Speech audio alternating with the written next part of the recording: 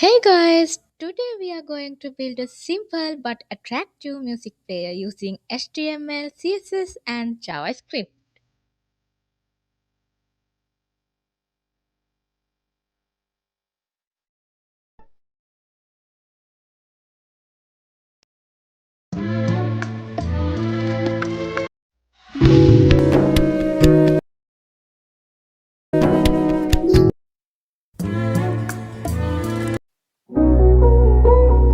This project will include play, pause, next, previous and playlist features.